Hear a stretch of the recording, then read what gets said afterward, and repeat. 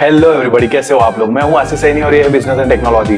हम लोग हमारे लास्ट वीडियो को यहाँ पे कंटिन्यू करने वाले हैं, जिसका टॉपिक था कि क्या है फ्यूचरिस्टिक स्मार्टफोन्स, हमें क्या मिल रहा है या मिलने वाला है और हमें क्या एक्चुअली चाहिए, कंज्यूमर को क्या एक्चुअली चाहिए। हमने लास्ट वीडियो में पूरा समझ लिया था कि एक सॉफ्टवेयर बेस्ड चीजें हमें क्या क्या चाहिए जो हमें हमारे स्मार्टफोन से एक्सपेक्ट करनी चाहिए। और इस वीडियो में हम लोग ये ट्राई करने वाले हैं कि हम ये समझेंगे कि हार्डवेयर में क्या प्रैक्टिकल इंप्लीमेंटेशंस हैं, क्या इमीडिएट इंप्लीमेंटेशंस हैं जो ब्रांड्स कर सकती हैं 2021 में। तो एक फ्यूचरिस्टिक स्मार्टफोन कैसा होना चाहिए जो प्रैक्टिकल भी हो, पॉसिबल भी हो और बहुत ही यूजफुल हो।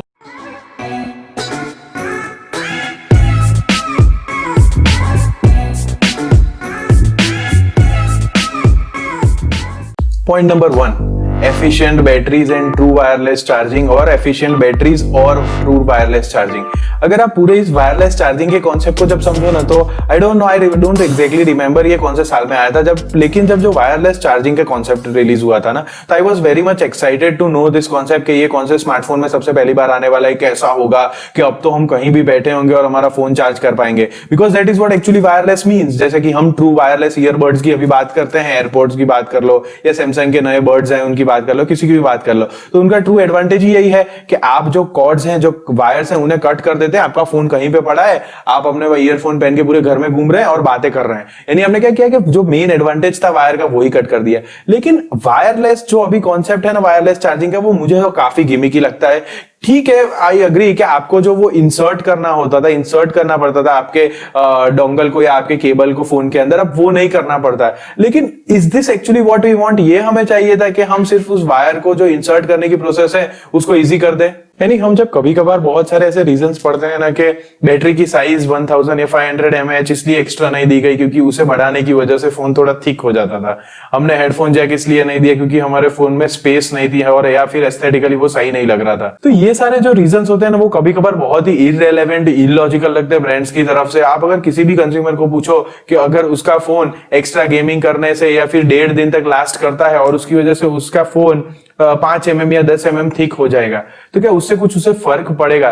तो ऐसे 80 to 90% ऑफ द कंज्यूमर्स होंगे जो कहेंगे नहीं, हमें बिल्कुल फर्क नहीं पड़ता, हमें अच्छी बैटरी चाहिए, हमें एक अच्छा वायरलेस टेक्नोलॉजी चाहिए इन कंपेयर टू एक बहुत ही स्लीक लुकिंग फोन। ब्रांड्स को सही में ट्रू वायरलेस चार्जिंग पे काम करना चाहिए या फिर बैटरी में जब तक कोई रिवॉल्यूशनरी चेंज नहीं आता है, जैसे कि ग्राफीन बैटरीज जो शायद 20 या 30 दिन तक चलती हैं, ऐसी बातें हैं।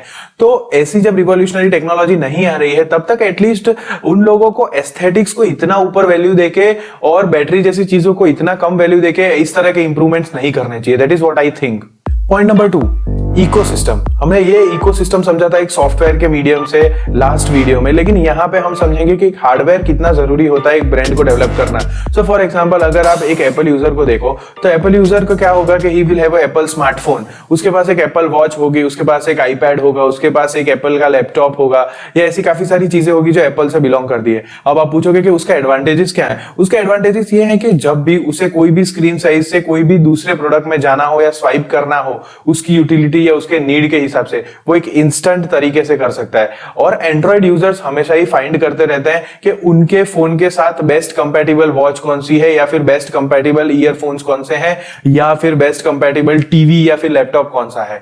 तो आई थिंक ब्रांड्स को अब ये काम करना चाहिए। दे शुड हैव रियलाइज्ड कि एक इकोसिस्टम बनाना बहुत ही इंपॉर्टेंट है कंज्यूमर को रिटेन करने के लिए। ऑफ कोर्स आपका एक जो प्रोडक्ट, इंडिविजुअल प्रोडक्ट होता है, वो कंज्यूमर को शायद आपकी ब्रांड की तरफ खींच के ले आए, लेकिन जब उसे रिटेन करना होता है, यानी उसे पकड़ के रखना होता है लंबे समय तक। अगर आप देखो ना तो एप्पल के यूजर्स कैसा होता है, once they get into the ecosystem ना, वो उससे निकल ही नहीं पाते, वो अगर चाहे तो भी नहीं निकल पाएंगे। यानी अगर फॉर एग्जांपल एक भी प्रोडक्ट उन्होंने अपने इकोसिस्टम में से डिलीट किया है, दूसरे ब्रांड का ऐड किया, तो वो उसे उस हिसाब से जो कनेक्शन वो जो seamless transfer between devices experience कर रहे थे वो कर ही नहीं पाएंगे।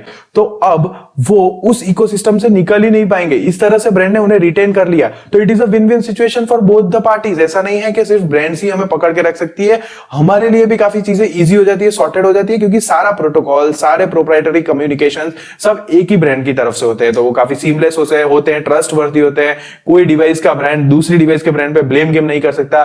तो ये सारी चीजें बहुत अच्छी हो जाएगी अगर एक ब्रांड अपने इकोसिस्टम पे फोकस करे फ्यूचरिस्टिक टेक्नोलॉजीज के लिए। अब पॉइंट नंबर 3, डिजिटल वेलबींग भी हमने सॉफ्टवेयर बेसिस पे एक बार डिस्कस किया हुआ है already in our last video. अब हम इसको डिस्कस करेंगे हार्डवेयर बेसिस पे कि किस तरह से डिजिटल वेलबींग हार्डवेयर बेसिस पे भी करना चाहिए। लेकिन इसमें जितना ही मैं कहूंगा ब्रांड्स इनोवेट करे उतना हमें भी मूव अहेड करना पड़ेगा। एज अ कंज्यूमर हमें भी इसके बारे में सोचना पड़ेगा। मैं आपको समझाता हूं, जैसे कि काफी सारे फोन्स में सार वैल्यूज काफी हाई होती है। सार values is nothing but radiation values, जो रेडिएशन इस फोन में से निकलते हैं और जो आपकी बॉडी को टच करते हैं, वो सार वैल्यू ऑफ कोर्स मिनिमम होती है, काफी अच्छे कंट्रोल्ड होती है, गवर्नमेंट रेगुलेशंस के हिसाब से होती है। लेकिन इसमें और कितना अच्छा ब्रांड्स कर पाए। पॉइंट नंबर 2, कोई भी प्रोडक्शन, टेक्नोलॉजिकल प्रोडक्शन होता है तो उसमें मर्क्यूरी इन्वॉल्व होते हैं, मर्क्यूरी जैसे प्रोडक्ट्स इन्वॉल्व होते हैं, या फिर ऐसे कोई भी टेक्नोलॉजिकल प्रोडक्ट्स इन्वॉल्व होते हैं जिससे कार्बन फुटप्रिंट्स बढ़ते हैं। तो हर एक ब्रांड को आई थिंक स्ट्रांगली के मार्केटिंग पॉइंट ऑफ व्यू में ये रखना चाहिए कि हमने इस प्रोडक्ट को प्रोड्यूस करते टाइम काफी कम कार्बन फुटप्रिंट रिलीज किया है। आई गेस एप्पल ऐसा इंक्लूड करता है अपने प्रेजेंटेशंस में। ये सारी चीजें कंज्यूमर को भी बहुत स्ट्रिक्टली डिमांड करनी पड़ेगी। यानी आप जब एक स्मार्टफोन लेने जाते हो तो रैम कितनी है, स्क्रीन साइज कितनी है, बैटरी कितनी है, उसके साथ ये भी एक पैरामीटर होना चाहिए कि आपका फोन जब प्रोड्यूस हुआ था या फिर आपका फोन अभी प्रोड्यूस होने के बाद यूजेज के टाइम वो नेचर को कितना हार्म करता है या आपको कितना हार्म करता है, मैनकाइंड को कितना हार्म करता है। अगर आप ये पैरामीटर सबसे ऊपर रखोगे सिलेक्शन के टाइम पे तो 100% ब्रांड्स को ये इंप्रूव करना पड़ेगा, ये इन्वॉल्व करना पड़ेगा अपने मार्केटिंग एफर्ट्स में। उन्हें बताना पड़ेगा, उन्हें इस फैक्टर पे वर्क करना पड़ेगा while producing it. Point number 4, camera game. Camera game बहुत ही इंपॉर्टेंट है और मैं ऐसा नहीं कह रहा हूं कि ब्रांड्स ने मेहनत नहीं की है, ब्रांड्स ने अच्छा नहीं किया है। They have worked amazingly well camera segment में। लेकिन आप अगर पिछले 6 या 8 महीने, 1 साल से देखो ना, तो कैमरा गेम में एक चीज वापस से बाहर निकल के आ रही है, दैट इज मेगापिक्सल गेम।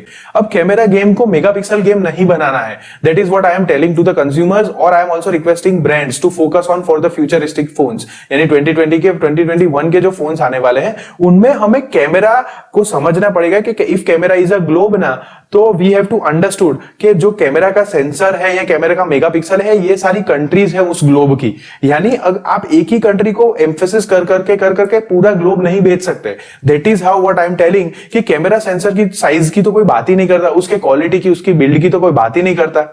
अगर आप एग्जांपल ले लो ना, तो वर्ल्ड में बहुत सारे स्मार्टफोन है, जैसे कि अभी आप देख लो तो 108 मेगापिक्सल वाला भी स्मार्टफोन है, 48 मेगापिक्सल वाले भी स्मार्टफोन है, 64 मेगापिक्सल वाले भी स्मार्टफोन है। लेकिन आप अभी कोई भी रेटिंग्स में देख लो ना, तो गूगल का पिक्सल जो है वो बहुत अच्छे फोटोज खींचता है, या फिर एप्पल का जो आईफोन है वो बहुत अच्छे फोटोज खींचता है। तो क्यों? अगर मेगापिक्सल गेम वाज एवरीथिंग, जैसा ब्रांड्स तो हमें यही बता रही है कंज्यूमर्स को कि मेगापिक्सल देखो और कैमरा चूज करो। अगर ऐसा होता तो ऐसा तो नहीं होता कि ये जो फोन्स है जिनमें सिर्फ 12 मेगापिक्सल का कैमरा है, 16 मेगापिक्सल का कैमरा है, वो इतने अच्छे फोटोज क्लिक करते हैं। यानी जब फोटो क्लिक होता है या वीडियो रिकॉर्ड होता है तो उसमें बहुत सारी और टेक्नोलॉजीज जाती है, नॉट ओनली द मेगापिक्सल जो आपको सबसे ज्यादा लिखे जाते हैं या बताए जाते हैं। काफी जैसे कि अपर्चर या फिर सेंसर की साइज, सेंसर की क्वालिटी, वो कितना नया है, उसमें क्या टेक्नोलॉजी यूज हुई है, ये काफी सारी चीजें। बैकएंड में प्रोसेसिंग सॉफ्टवेयर कैसा यूज कर रहे हैं वो कैमरा के फोटो को प्रोसेस करने के लिए।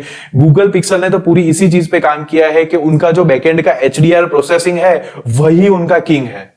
सो आई होप कि फ्यूचरिस्टिक स्मार्टफोन्स कैमराज पे इस एंगल से देखे जाएंगे और इस एंगल से प्रमोट किए जाएंगे, ना कि वो ट्रेडिशनल मेथड्स वापस से रिपीट होती जाए। That is megapixel number game. Point number 5, most important even though it is last, durable smartphones.